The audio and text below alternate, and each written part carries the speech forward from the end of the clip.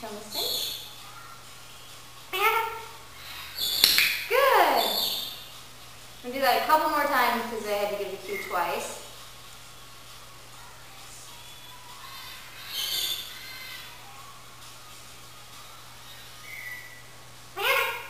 Good.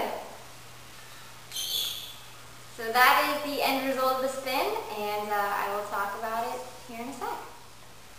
I want to take a minute and tell you guys about how I trained Bandit the spin, as every bird differs just a little bit. He took longer than my African Grey to learn this, and the reason was not because of him, it was because of me. I actually was clicking before he was completing his spin, thinking that I was doing the halfway, the three-quarter part. But what I ended up doing was I never actually clicked when he did the full spin. I kept clicking just right before. And coincidentally, he kept saying Bandit right when I clicked at that time. So for him, the behavior wasn't a spin. It was turning around, lifting a foot, and saying Bandit at the same time. So that was a really hard mistake of mine to overcome, and it ended up taking longer for the whole training session and everything. He basically took about 3 solid days to learn this behavior, whereas Cressy took 1. And the difference with that was, you know, he got frustrated because of me, because I was clicking at the wrong time. So it's really important to make sure that your bird turns all the way around and you click right then, not at any other point too much. Obviously with Cressy, I showed you that you can click halfway to get her motivated and halfway again.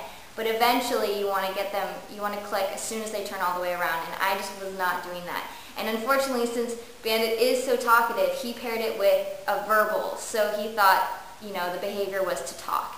So that made it a little bit more complicated for me, and that actually ended up sticking. So when he does the spin, he talks at the same time, which I didn't see a big deal. I let that stay. I mean, he's talkative and it's cute, so that wasn't a problem with me. But that is another thing that, you know, altered my training a little bit and was something that came into play. The other thing with Bandit is that he refused to train for 2 days straight. So I started on one day, and we had a training session that was pretty good, but that's when I started confusing him, and he began talking, because that's how the whole thing started. And then he refused to train the 2 days following that training session. So I literally just put him out in his aviary, I gave him some foraging toys, and I let him just be a bird for 2 days straight. He didn't really want to do anything. He came in the house to fly and stuff, but he did not want to train. So I didn't make him, because if you do make your bird train, you're not going to get good results because it doesn't want to. It's like forcing somebody to take an exam that they don't really want to take. They have no interest, and there's no motivation to do it. So say you weren't even going to grade it and you wanted them to take it. Why would they do that? So anyway, that's kind of where Bandit was coming from. He refused to train for those 2 days, and that was fine.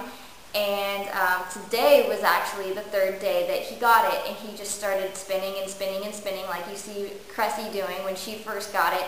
He just kept going, and of course he says Bandit every time. So he spins and says Bandit, and he was begging today, and I put it on cue. I used the same cue that I gave Cressy. Bondi's spin is actually this, as her cue to spin, and then Cressy's is this, and I made Bandit's that one too just because it was easy to implement. So anyways, hopefully those tidbits help you out. If your bird's anything like Bandit, maybe it'll help, maybe not. But just wanted to share them just in case. You never know what kind of piece of information will help somebody out there. So good luck training your bird to spin, and I'd love to see your success.